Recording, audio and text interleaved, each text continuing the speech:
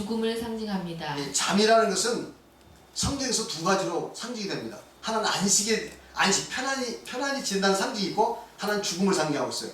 항상 어떤 상징은 그 어떤 상태의 일부분을 이야기하기 때문에 양면성이 있습니다. 사자는 뭐죠? 백수의 왕이라 할 때는 누구 상징이에요?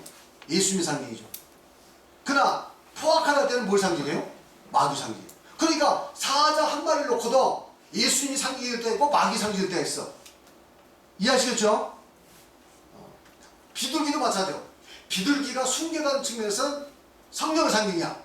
그런데 어리석다는 측면에서는 어리석은 신도를 상징합니다. 비둘기는 순결함과 어리석음을 동시에 가지고 있어요. 아시겠죠? 그러니까 어떤 사물을 상징할 때 그 사물의 일부를 가지고 상징한 것이 전체를 가지고 한 게 아니에요. 그걸 우리가 잘 성경에서 구별을 해내야 돼요. 그러면 아담이 이제 하나님께서 잠들게 했죠. 그래서 옆구리에서 뭘 뺐습니까? 갈비를 빼서 하와를 만들었잖아요. 이건 뭘 말하냐 이 말이에요. 잠은 죽음을 상징합니다.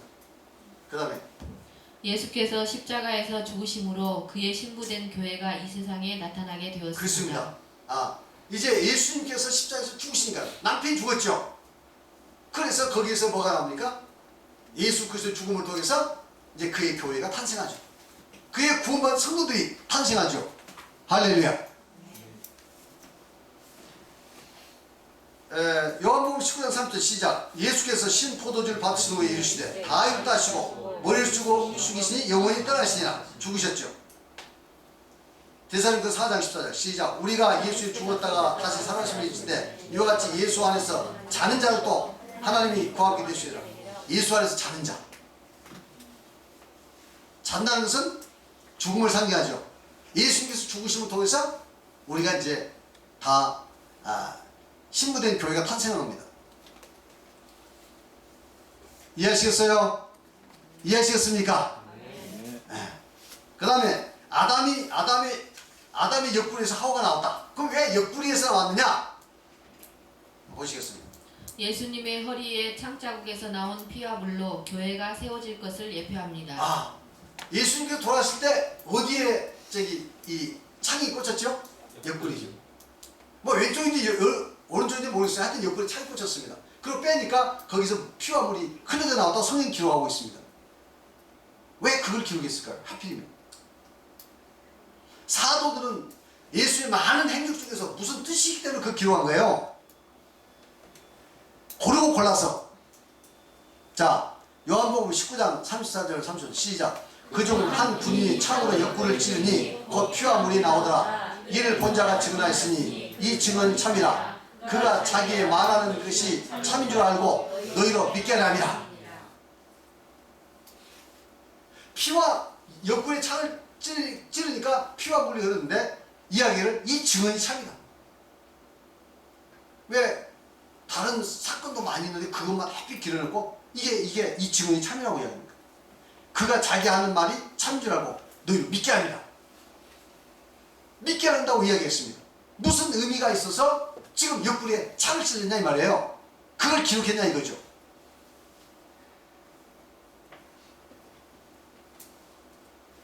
사도행전 20장 28절 시작. 여러분은 자기를 위하여 또 온 땅을 위하여 삼가라. 성령이 그들 가운데 여러분을 감독자로 삼고 하나님이 자기 피로 사신 교회를 보살피게 하시니라. 하나님께서 자기 피, 옆구리에서 흘러나온 이 자기 피로 뭘 샀다고요? 그의 교회를 샀다. 즉 이 말은 예수 그리스도의 옆구리에서 나온 그 피로 이제 자기 신부된 교회를 만났다는 거죠. 이해하시겠습니까? 이해하시겠습니까? 자, 그래서 옆구리에서 나온 것이고, 그 다음에 물은 옆구리에서 이제 피가 나왔고 뭐가 나왔죠? 물이 나왔습니다. 이 물은 뭘 상징하냐? 성령을 상징합니다. 한번 보세요. 요한복음 7장 37절 39절 시작. 명절 끝날 곧 큰 날에 예수께서 서서 외쳐 이르시되 누군지 목마른 내게로 와서 마시라. 나를 믿는 자는 성경의 이름과 같이 그 배에서 생수의 강이 흘러나오리라 하시니 이는 그를 믿는 자들이 받을 성령을 받고 말씀하신 것이라. 예수께서 아직 영광을 받지 아니하셨으므로 성령이 아직 그들에게 계시지 아니하더라. 명절 그날에 이날이 뭐냐면 장막절입니다. 초막절 제일 마지막 절이에요. 이때 예수님께서 예루살렘에 올라가셨어요. 그래서 큰 소리로 외쳤습니다. 누구든지 목마른 내가 와서 마시라. 목마르는 마시라. 뭐 진짜 생수를 준다는 얘기일까요? 물 준다는 얘기일까요? 영적인 거죠. 여기서 목마름 무슨 목마름? 뭐 세상적인 진짜 목마름일까요? 영적인 목마름이에요. 우리 인간은 누구나 다 지금 영적으로 다 목마른 사람들이 재물이라는 소금물을 지금 마시고 있는 겁니다. 그렇죠? 그래서 재물에 지금 정말 목말라 있어요. 돈 좀 더 벌었으면, 100만 원만 더 벌었으면, 1000만 원만 더 벌었으면, 몇만 원 더 벌었으면 다 영적인 목마른 사람들 아니에요? 또 세상에서 내가 좀 높은 자리에 올라갔으면 다 영적인 목마름 있잖아요? 그 목마름 아닙니까? 어떤 사람은 쾌락에 목말라가지고 정신없이 해먹는 사람이 있어요. 도박을 통해서 뭔가 해보려고 목마른 사람도 있어요. 이와 같이 인생이라는 것은 근본적으로 다 목마른 자들이 목이 말라서 정신없이 해보고 있는 자들이 말이죠. 돈을 찾아서 쾌락을 찾아서 이 세상의 무엇인가를 찾아서 그 목마름을 해결하고 지금 헤매고 있는 사람들이. 그런데 그런 이 세상의 것으로 여러분 진정한 목마름이 해결됩니까? 안 되죠. 왜? 인간은 욕심은 끊임없이 늘어나기 때문에 이 세상의 어떤 것으로 진정한 그 목마름을 해결할 수 없습니다. 그런데 우리 예수님께 나오면 우리 예수님께서 그 이 세상의 목마름을 해결해 주겠다 이거예요. 할렐루야. 그 말은 우리가 원하면 다 세상 것을 주겠다 그 이야기 아닙니다. 진리 말씀을 깨닫고 예수 그리스도 십자가의 은혜를 깨닫고 성령을 받고 하늘의 이치를 알게 되면 모두가 다 이제는 이 세상의 몸에서 해방입니다. 할렐루야. 아멘. 그래서 자유함을 얻을 수 있고 만족감을 얻을 수 있고 행복한 삶을 얻을 수 있고 죽음을 만나도 두렵지 않습니다. 아멘. 믿습니까? 아멘. 이런 세계가 있다 이 말이에요. 이런 세상이 교회에 와서 하나님의 말씀 제대로 깨달으면. 그러니까 여기서 보면 생수의 배에서 흘러나는데 배에 생수에 가니 아니 무슨 배에서 생수에 가는 그런 게 어디가 있어요 그게? 세상 천지에 이런 일이 있습니까? 여러분 어디 봤어요? 배에서 막 무슨 물이 막 펄펄 콩콩 쏟아지는 사람 봤어요? 예수 앞에 오면 내 배에서 막 생수가 흘러나온대. 이런 엉터리가 어디 있습니까? 세상적으로 보면 완전 엉터리지. 말도 안 되는 소리지. 뭘 이야기합니까? 이제 성령 충만을 받게 되면 그 성령의 그 생수가 우리 이 배에서 막 흘러나온 것처럼 절대 목마르지 않다는지. 배에서 계속 생수가 나오면 목마를 때가 또 먹으면 될 거 아니에요. 그렇죠? 인간의 그런 궁극적인 목마름을 해결해 주겠다 이 말이에요. 그러니까 예수님 옆구리에서 나오는 이 물은 뭡니까? 바로 성령의 성수야 예수님께서. 그래서 성령을 주셔서 물과 성령으로 거듭나게 해서 우리를 바로 신부 삼아주신다 이거예요. 맞습니까? 할렐루야. 벌써 창세기 때 하나님께서 이런 구속을 이미 다 미리 예표로 역사 속에서 다 이루어놓으시고 이제 예수님께서 십자가에서 다 이루신 거 아니에요. 그래서 다 이뤘다 하신 겁니다. 그 모든 것들을. 할렐루야. 얼마나 신비합니까? 여러분 신비하지 않으세요? 그래서 믿어진 거 아니에요? 그래서 안 믿을 수 없는 거 아닙니까? 맞습니까? 나는 그래서 안 믿을 수가 없어요. 이야 참 신기하다. 구약을 쭉 보면요 신약과 이렇게 더불어서 사도들이 해석해 보면 너무 신기한다 이게. 이건 정말 하나님이 계획하지 않고는 있을 수 없는 일이다 이게. 그래서 하나님의 그 구원의 경륜 하나님이 하신 일에 대해서 100% 신뢰가 가는 거예요. 믿습니까? 여기까지 여러분 지적으로 다 하시고 이거 깨닫고 나서 여러분 이제 그대로 사시면 안 된다니까. 엉터리처럼 인생 살아서는 안 돼요. 지체장애로 살아서는 안 돼요. 자, 읽어보세요. 피는 예수 그리스도의 보혈이며 물은 성령을 예표하고 있습니다. 즉 교회는 예수 그리스도의 보혈을 의지한 죄사함의 침례와 성령을 받음을 통하여 예수님의 신부로서 이 세상에 나타나게 된 것입니다. 할렐루야. 예, 이해하셨죠? 자, 그 다음에 선악을 알게 하는 나무 열매.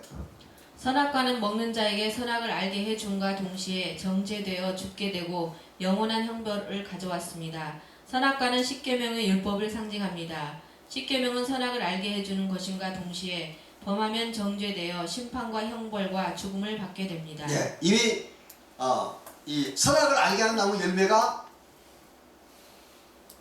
교회 안에서 십계명을 이미 많이 공부했죠. 그렇습니까? 네. 구원의 원리에서 다 이야기했잖아요. 이게 여러분 이미 다 압니다. 이 문제는 십계명과 속죄제사에서 많이 이미 설명하고 있어요. 이 정도만 해도 충분히 여러분 아실 걸로 제가 생각합니다.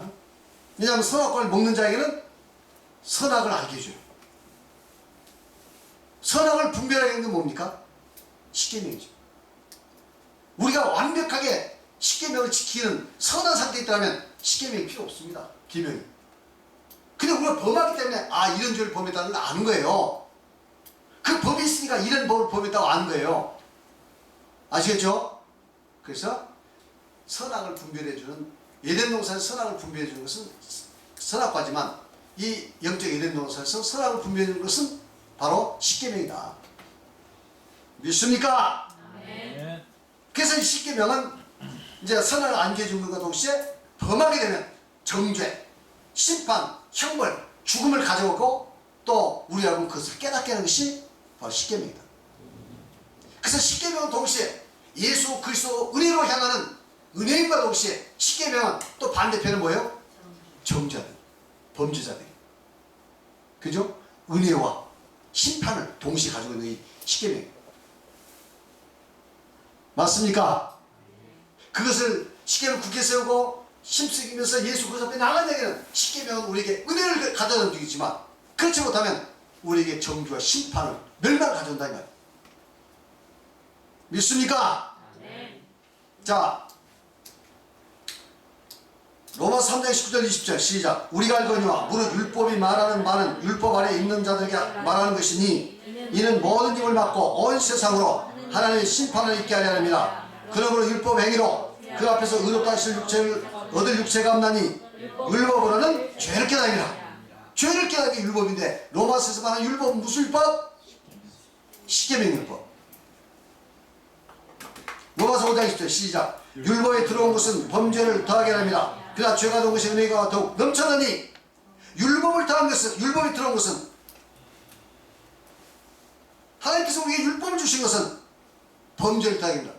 그 나이에 죄가 죄인지 몰랐는데 율법을 줘가지고 무엇이 죄인지를 드러나겠다 이 말이에요. 그런데 은혜 안에 그리스도 안에서 그 죄가 더하고 죄를 더 깨닫게 되면 율법으로 죄를 많이 깨닫게 되면 우리 예수 그리스도에서 우리 죄가 용서됐다는 걸 알기 때문에 더 은혜스럽습니까? 은혜스럽지 않습니까? 다 은혜스러운 거죠. 너무 감사한 거죠. 나 같은 죄인을 나는 그 율법을 몰랐을 때는 내가 살았어. 내가 의인 줄 알았는데 율법을 가져 들어가야 되니까 이거만 절망적이야. 나 같은 죄인은 없네 세상에. 이렇게 큰 죄인이 없네. 그런데 우리 예수께서 십자가에서 우리 모든 죄를 대속하시고 내가 예수 그리스도 십자가의 은혜로 이제 세례받고 죄 용서받았어. 내가 하나님의 자녀가 됐어. 이렇게 지금 용서받은 상태로 구원받은 상태에 있으니 여러분 얼마나 감사합니까? 더 은혜가 넘치죠. 그래서 율법을 통해서 자기의 죄인됨을 더 깊이 깨달을수록 상대적으로 예수 그리스도의 십자가의 죄 용서함의 은혜가 더욱더 우리 마음속에서 높아지고 커지고 영광스럽게 됩니다. 할렐루야. 그 다음에 로마서 7장 7절로 13절 이거 너무 많은데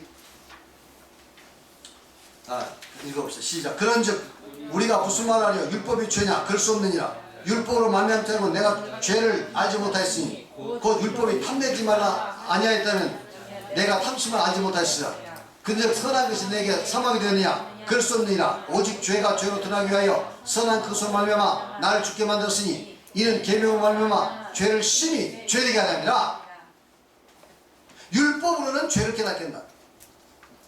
율법에서 탐내지 말라, 이것이 탐심이 죄다 라고 안 했으면 우리가 탐심이 어떻게 죄인 줄 알겠느냐?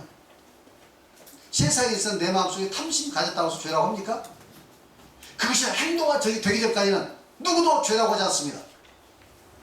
근데 성경은 마음속에 탐심이 이미 그 탐심이 있으면 죄라입니다. 그것을 예수님께서 뭐라고 이야기했죠? 여자를 보고 음욕을 품려봐 이미 마음에 감호했다. 형제를 미워하는 자는 이미 살인을 했다. 그 마음속에서 이미 그런 그것도 살인이고 간음이라 이 말이죠. 이 계명이 아니면 어떻게 그것이 죄라고 얘기합니까? 그렇죠?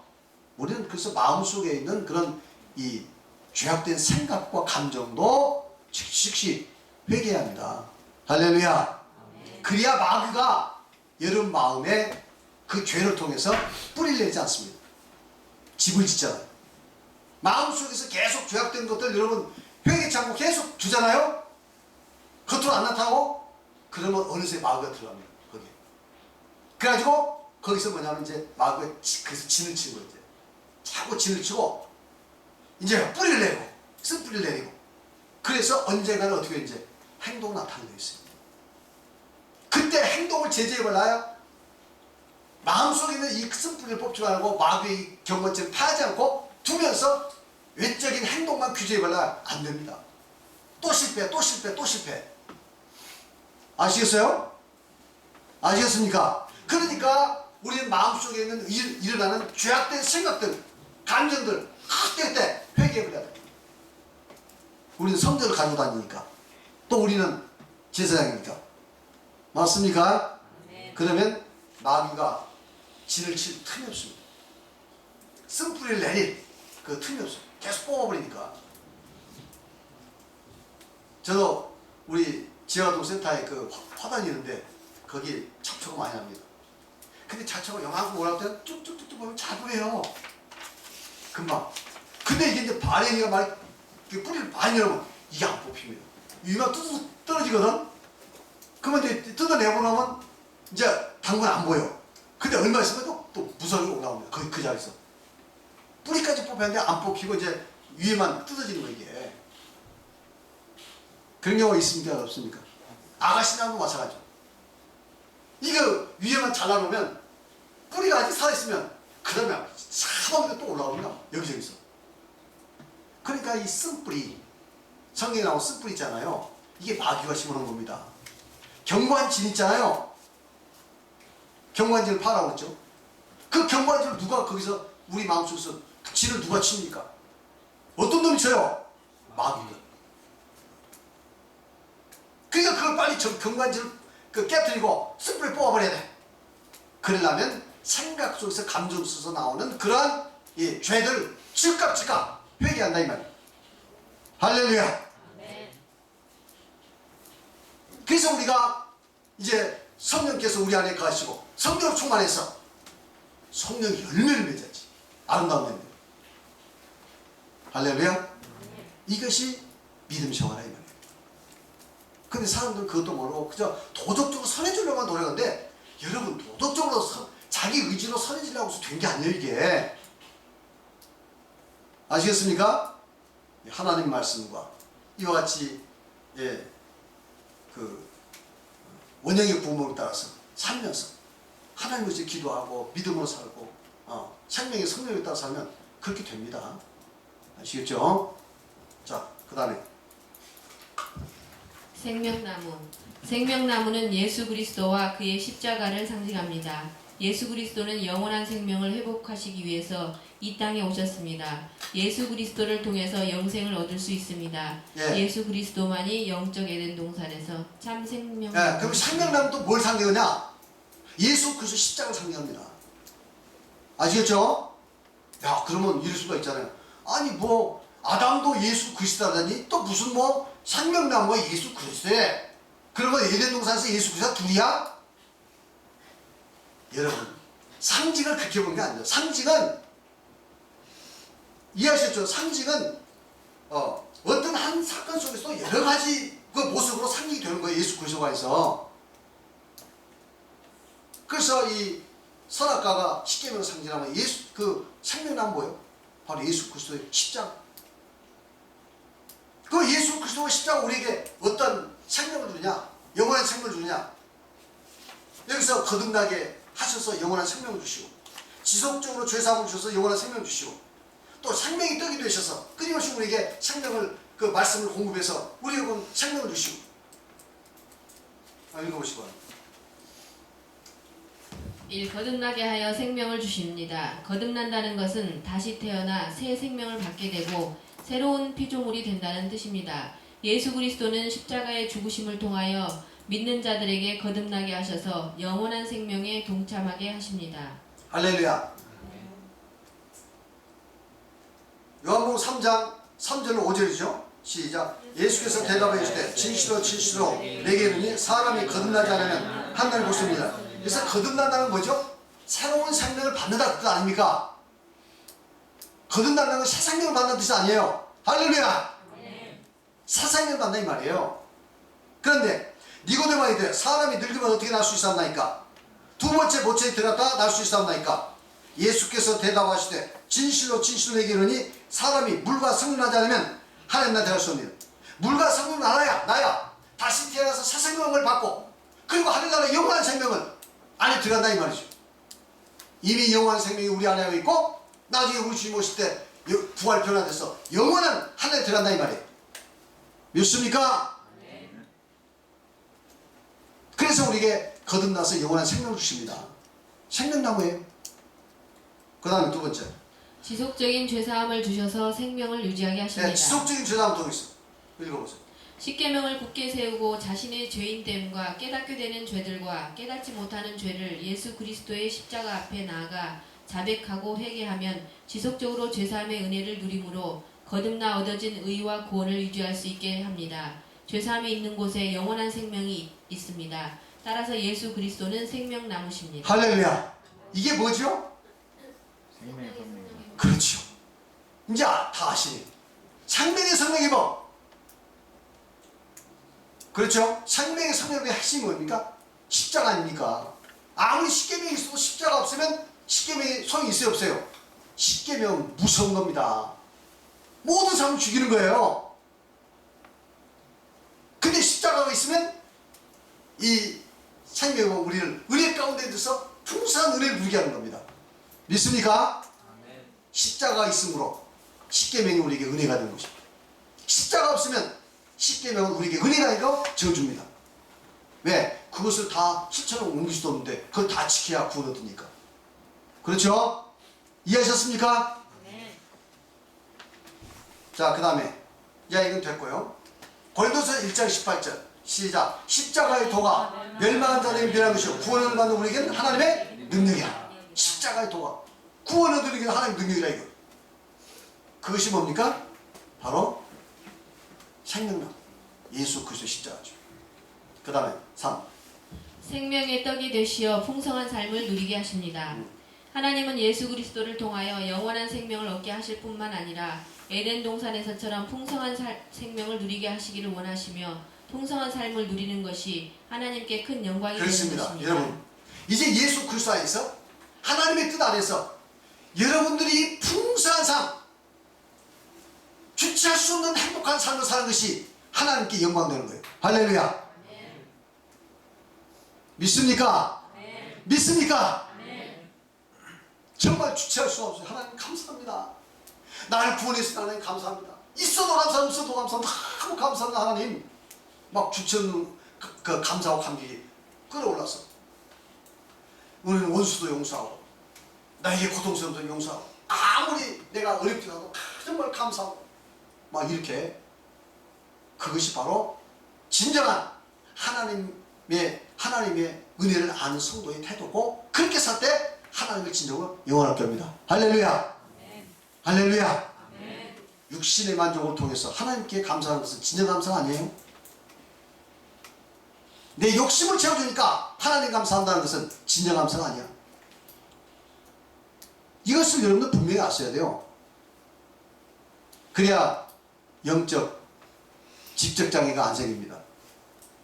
아시겠죠? 자, 그 다음에 그러기 위해서는 지속적으로 생명나무의 과실을 먹어야 합니다. 이 생명나무의 과실이 바로 예수님의 말씀이며 예수님을 통해서 깨닫게 되는 하나님의 모든 말씀입니다.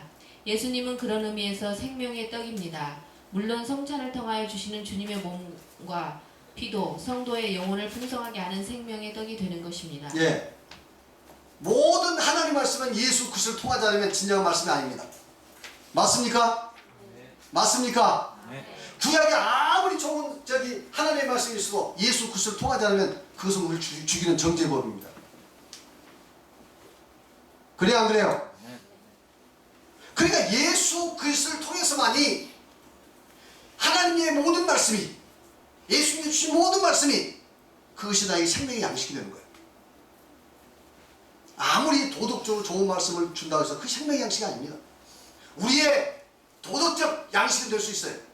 정신적 양식은 될 수 있어요. 세상적인 교양을 높이는 양식은 될 수 있지만 생명의 양식은 될 수 없습니다. 할렐루야.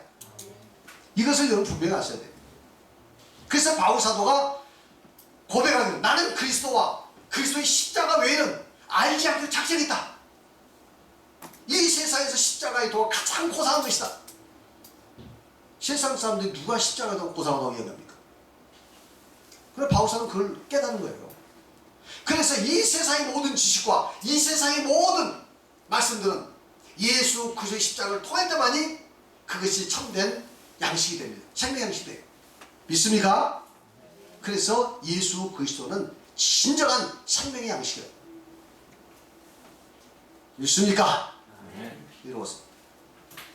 자, 마태복음 4장 4절 10절 시작. 예수께서 대답하여 이르시되 기록되었으되 사람이 떡으로만 살 것이 아니요 하나님의 입에서 나오는 모든 말씀으로 살 것이나 하였느니라 하시니, 하나님의 입에서 나오는 모든 말씀, 이게 진짜 생명의 떡이죠. 이것도 예수 그리스도를 통해서, 예수 그리스도 안에서 이해되고 받아들였을 때 생명의 떡이 됩니다. 할렐루야. 요한복음 6장 3절 시작. 예수께서 이르시되 나는 생명의 떡이니 내게 오는 자는 결코 줄이지 아니할 떡이요 나를 믿는 자는 영원히 목마르지 아니하리라. 할렐루야. 영원히 목마르지, 생명의 떡, 줄이지 않겠다.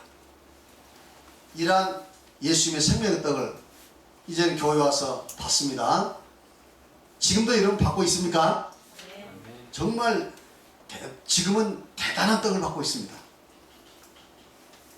이 떡이 맛이 없으면 참 여러분 영적으로 암담한 상태예요.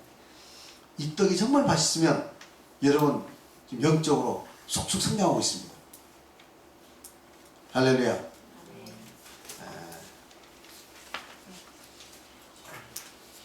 자, 그 다음에 구약성경에 나타난 생명나무가 있어요. 구약성경에 나타난 생명나무들을 몇 가지로 이제 간단하게 좀 보도록 하겠습니다. 첫째, 지혜. 잠언 3장 28절 시작. 지혜는 그 얻는 자에게 생명나무라. 지혜를 가진 자에게 복이 되다. 지혜가 생명나무래. 잠언서에 보니까. 그럼 왜 지혜가 생명나무냐? 잠언에 나오는 지혜는 사실 예수 그리스도를 상징합니다. 이해하시겠어요? 잠언서에 나오는 지혜는 예수 그리스도예요. 잠언 8장 우선 한번 보시겠습니다. 잠언 8장 띄워봐요.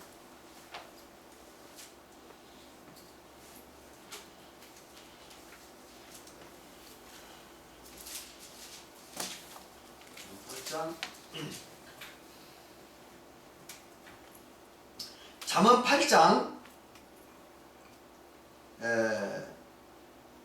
1절을 우선 보세요. 1절을. 잠언은 지혜의 이야기죠. 지혜란 말이 수십 번 나옵니다. 그런데 지혜가 우리를 부르지 않냐냐? 명철이 소리 높이지 아니하느냐? 그랬죠.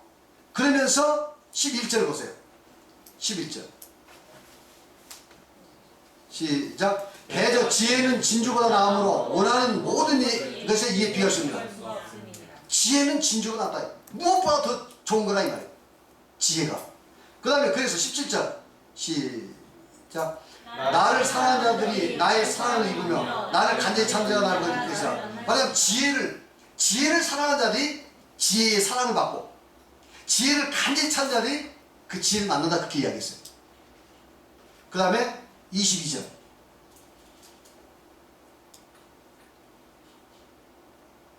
시작. 태초에 그 조화의 시작 때 여호와께서 그 조화의 시작 곧 태초에 일할 시전에 나를 가지셨습니다. 이 나가 누굽니까? 그 앞에 지혜야, 지혜. 아시겠어요? 지혜를 가지셨으면 만세전부터 태초부터 땅이 생기 전부터 내가 시험 받았어요. 지혜가 시험 받았으면, 그래서 이 지혜가 뭐냐면 훗날 요한복음에 말씀으로 등장합니다. 아시겠죠? 태초에 말씀이 계시나 이 말씀이 하나님과 계시니 이 말씀이 곧 하나님이라. 로고스. 이 지혜예요. 쭉 읽어보면 바로 지혜가 뭐냐면 예수 그리스도를 상징하고 있어요. 그래서 잠언서에 지혜는 그 얻는 자에게 생명나무라 말은 지혜가 바로 생명나무라 이거예요. 예수 그리스도니까. 예수 그리스도를 얻는 것이 우리가 생명을 얻는 거 아닙니까? 믿습니까? 그리고 골로새서 2장 3절에 보면 시작. 그 안에는 지혜와 지식의 모든 보화 감춰있다. 누구 안에? 예수 그리스도 안에. 지혜와 지식의 모든 보화 감춰있다. 그 지혜가 바로 예수 그리스도 생명나무. 할렐루야. 읽어보세요. 예수님은 인간을 영원한 생명을 주시고 풍성한 삶을 누리게 하시는 참된 지혜가 되십니다. 예수 안에는 모든 지혜와 지식의 보화가 감추어져 있습니다. 따라서 지혜의 보고 되시는 생명나무이신 예수님께 나올 때 영생의 지혜, 구원의 지혜, 참된 행복의 지혜를 얻을 수 있습니다. 할렐루야. 맞습니까? 예. 근데 의인의 열매. 잠언 11장 3절 시작. 의인의 열매는 생명나무라 지혜로운 자는 사랑이라. 여기서 의인의 열매가 또 뭐냐면 생명나무라고 이야기했어요. 그러면 여기서 의인이 뭘까요? 예수 그리스도의 성경입니다. 읽어보세요. 예수 그리스도는 죄 없이 태어나셨고 율법을 완전히 지켜서 의를 완성하셨습니다. 인간 중에는 누구도 완전한 의인은 없습니다. 예수 그리스도만이 하나님 앞에서 완전한 의인이십니다. 예수께서 율법을 완전히 다 지키시고 십자가에서 다 이루셨습니다. 그리고 그 결과 즉 열매로 예수 그리스도는 생명나무가 되셔서 인간에게 영원한 생명을 주신 것입니다. 할렐루야. 공식적으로 모든 율법을 다 지켜서 완성한 분은 예수 그리스도 한 분밖에 없어요. 그렇죠? 그래서 예수 그리스도가 명실공히 의인입니다. 우리는 칭의, 의롭다 칭함받는 자들이 실적인 의를 가진 자들이 아니에요. 근데 예수님은 완벽한 의인입니다. 그 예수 그리스도께서 의인의 열매라니까 열매라는 그 결과 아닙니까? 그 결과로서 뭐가 됐다고요? 그가 생명나무가 됐다. 그래서 우리에게 영원한 생명을 주는 생명나무가 됐다 하는 의미입니다. 아시겠죠? 그 다음에 소원이 이루는 것이 또 생명나무를 이야기합니다. 잠언 13장 10절 시작. 소원이 더디 이루어지면 그 마음이 상하거니와 소원이 이루어지는 것은 곧 생명나무다. 소원이 이루어지는 게 생명나무래. 이게 무슨 말일까요? 한번 읽어보세요. 진정한 소원은 영원한 생명을 얻는 것입니다. 여러분, 우리의 소원은 영원한 생명을 얻는 거죠. 맞습니까? 영원한 생명, 영원한 하늘이라는 거 우리의 진정한 소원 아니겠습니까?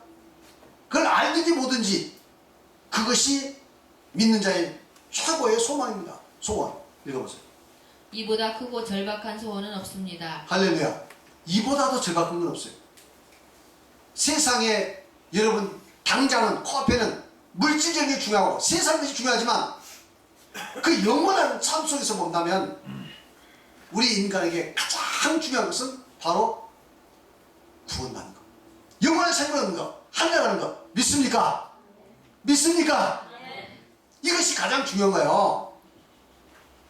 예수님은 이걸 해결해 오신 거예요. 나머지는 부차적인 거예요. 있으면 좋고 없어도 그만이에요. 그렇죠? 맞습니까? 그 다음에 다만 사람들은 무지하여 이 세상에 속한 것들로만 소원을 삼고 있는데 이는 참다운 소원이 아닙니다. 그렇습니다. 무지하기 때문에 그래요. 세상 사람 눈이 어두워져서 영적인 볼 수 없어서 인생의 종 본만을 볼 수 없어서 그저 잠시 잠깐 존재하는 이 세상 동안에 보이는 것, 이런 것만 보고 지금 살아가는 거예요.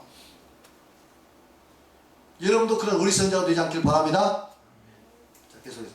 이 세상의 소원은 시간과 더불어 쇠하고 썩어 없어지는 것들이며 죽음과 함께 물거품이 되는 허무한 것들입니다. 할렐루야. 이걸 지금 체험하십니까? 젊은 사람들은 뭔 말인지 볼 거야 지금. 아직 내 생활이 창창한데 이게 웬 말인가? 허무주의자가 되는 말 아니에요.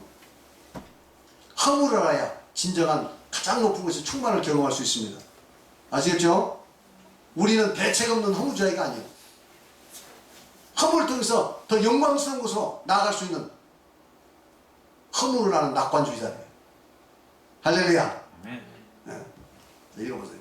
이러한 소원들은 이루어진다 하더라도 잠시 기쁨을 줄 수는 있어도 참다운 기쁨과 만족을 줄 수 없습니다. 그렇습니다. 잠시 잠깐 기쁨을 줄 수 있지만 또 그런 소유가 인간에게 얼마나 고통이 될지 그건 알 수도 없는 거예요. 그 다음에 영원한 생명을 주는 소원이야말로 참 소원입니다. 따라서 이러한 소원이 이루어지는 것이 생명나무입니다. 이러한 소원은 예수 그리스도를 통하여 이루어지므로 예수 그리스도는 참 소원을 이루게 하시는 생명나무십니다. 할렐루야. 예수 그리스도 안에 이게 참 소원이 있어. 예수 그리스도 안에 참 소원이 있어. 그러니까 소원이 이루어서 생명나무니까 그 소원을 이루게 해주는 분은 예수 그리스도니까 그 예수 그리스도가 우리에게 진정한 생명나무인 줄 믿습니다. 할렐루야. 예수 그리스도 통해서 이 영원한 생명을 여러분 선물 받으시고 그 소원을 진정한 소원을 이루시길 바랍니다. 온순한 혀 읽어보세요. 잠언 15장 4절 시작. 온순한 혀는 생명나무지만 패역한 혀는 마음을 상해요. 온순한 혀가 뭐예요? 생명나무예요. 근데 패역한 혀는 마음을 상하겠네. 여기서 온순한 혀가 뭘까? 온순한 혀는 NIV 성경에 보면 뭐냐면 The tongues that brings healing 이렇게 돼 있어. 뭔 뜻이죠? 치료를 가져오는 혀. 치료를 가져오는 혀. 사실 세상에 많은 문제들이 그 말로 치료를 가져오고 말로 상처 주기도 합니다. 맞습니까? 이렇게 칭찬의 말, 긍정적인 말, 격려의 말, 온화한 말, 사랑과 선의가 섞인 그 말을 하면 사람 심령에 치료를 가져옵니다. 그렇죠? 맞습니까? 근데 반대로 이 혀로 상처 주는 거야. 사랑이 없고 매정스럽고 분노에 차 있고 그렇죠? 그런 것을 막 저기 내뱉는 거예요. 정의란 이름으로 올바른 이름으로 막 그걸 내뱉는 거야. 남을 질책하고 책망하는 거예요. 질책하고 책망할 때 뭐 대부분 사람이 옳은 말 하지 나쁜 말 하겠어요? 왜 술 먹었어? 왜 도박질했어? 왜 공부 안 해? 다 옳은 말이지. 옳은 말이 옳은 말 아니야? 다 옳은 말이지. 왜 그거 안 치워? 다 옳은 말이에요. 치워야지. 남편 같은 경우 왜 양말을 거꾸로 이게 그렇게 해놔? 반드시 좀 해놓지. 그거 다 옳은 말이에요. 다 옳은 말을 하기 쉽습니다. 근데 이미 이야기했지만 사랑과 그렇죠? 그리고 거기에 배려와 지혜와 이런 것이 없이 하는 그 옳은 말은 그게 뭐예요? 그 정도 찌르는 칼이라니까. 가슴을 남도질한다니까. 맞습니까? 그래서 패역하면 마음을 상하게 한다 이게. 패역하면 여러분 그 패역한 혀 쓰지 마시기 바랍니다. 올바른 말을 하고 패역한 말 쓰지 마세요. 나쁜 말입니다 그거. 그럴 때는 입을 꽉 다물어야 돼. 분노를 삼킬 때까지 입을 꽉 다물어야 돼. 분노가 다 가라진 다음에 그 다음에 사랑을 가지고 애정을 가지고 선의를 가지고 그것도 지혜롭게 상대를 격려하면서 칭찬하면서 할렐루야. 야 이렇게 되면 여러분들 정말 성인인지 성인의 경지에 이르랍니다 여러분들. 근데 성인의 경지 별게 아니에요. 해보면 요즘에 전자 해보니까 그거 별게 아니더라고. 칭찬 잘 해주면 되는 거예요. 할렐루야. 이렇게 해서 그래서 이 패역한 지금 여기 뭡니까? 마음을 상해야 한다. 근데 여기서 온순환이라는 것은 치료를 가져내야. 그래서 여러분들도 치료를 가져오는 혀를 가져야 합니다. 맞죠? 할렐루야! 자, 그럼 읽어보세요.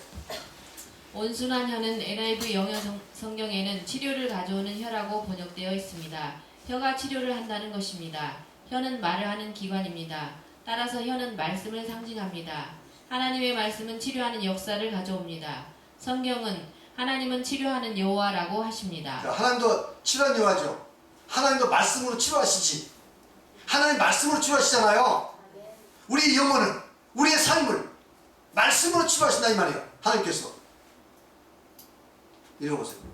무엇으로 치료하신다는 것입니까? 말씀으로 치료하신다는 것입니다. 예수 그리스도의 말씀은 생명의 말씀입니다. 예수 그리스도는 말씀으로 수많은 병자를 고치셨습니다. 이 세상에서도 예수님께서 말씀으로 수많은 병자를 고치셨죠. 맞습니까? 병자도 고치시고 안진병도 일으키시고 소경도 일으키시고 나병도 고치시고 죽은 자 살리시고 다 뭘로? 말씀으로. 가만히 있으면 저절된 거 없어요. 예수님께서 다 말씀하셨어요. 그 다음에 이것은 예수님께서 죄의 도구로 인해 죽게 된 영혼을 치료하는 혀이심을 보여주신 것입니다. 예수님께서 그 많은 병자를 고치신 것은 뭘 상징합니까? 단지 육체적인 질병만 고치다는 걸 이야기하는 아닙니다. 예수님께서는 이런 육체인 질병뿐 아니라 가시적으로 보이는 건 이 육체인 질을 고쳤는데 사실은 더 중요한 영적으로 죄로 인해서 죄가 바이러스가 인간에게 들어와서 영혼을 멸망하게 하고 인생을 멸망하고 지옥 가게 했는데 그 죄를 치유해서 생명을 주고 구원하셨다는 겁니다. 할렐루야. 그런 능력이 있으면 보여준 거예요. 한 번은 그런 얘기 있잖아요. 예수님께서 어떤 안진병이가 와서 병자가 왔어요. 그 병자가 사람들이 많이 있는데 병자가 왔는데 갑자기 하는 말이 죄사함을 받았느니라 이렇게 이야기하는 거야. 죄사함을 받았느니라. 그래 옆에 있던 뭐 상관과 관세도 많은 사람들이 깜짝 놀라가지고 아니 저가 위기에 사람이 죄를 사하는가? 하나님밖에 죄 사할 수 없는데 감히 죄 사한다고 선언했다고 막 분노했습니다. 그래 예수님이 뭐라고 하는지 아세요? 죄를 사한다는 말과 일어나 걸으라는 말 어떤 것이 어렵겠느냐 이렇게만 이야기했어요. 사실은 어떤 것이 어렵습니까? 일어나 걸으라는 것? 일어나 걸으라는데 안 그러면 어떻게 돼 이거? 이건 정말 어려운 거지. 죄 사는 것은 사했는지 아닌지 누가 알아? 사했다 그러면 죄가 어떻게 사했어? 사했다고 주장하면 네가 사는 거 봤어? 알아? 눈에 보여? 내가 사했다고 사해진 거지. 그렇게 할 수 있는 거 아니에요. 거짓말 할 수 있습니다. 안 나타나니까. 그렇죠? 근데 예수님께서 죄를 사했다 하니까 지금 사람들이 막 웅성웅성 분노한 겁니다. 하나님밖에 없는 일을 지금 사람이 감히 죄 사한다고 이야기했다. 그러니까 예수님 그 말씀을 하신 거예요. 그러면서 예수님께서 일어나 걸으라 이야기했어요. 그러니까 이 사람이 벌떡 일어나 걸으라고 그랬어요. 그러면서 예수님이 뭐라고 했었냐고? 내가 이것을 행한 것은 내가 죄 사함이 있다는 것을 알게 하려 합니다. 이렇게 말씀하셨어요. 그러니까 내가 죄를 사하는 능력이 있다는 걸 뭘로 보여주나? 이 세상에 계실 때 그런 기사적을 통해서 병 고치는 것을 통해서 죽은 자를 살리는 것을 통해서 보여주신 거예요. 그래서 예수님을 통해서 우리가 믿으면 다시 살겠다는 것도 그걸 통해서 하는 거예요. 우리 주님은 그 능력이 계신 분이라고. 할렐루야. 아멘.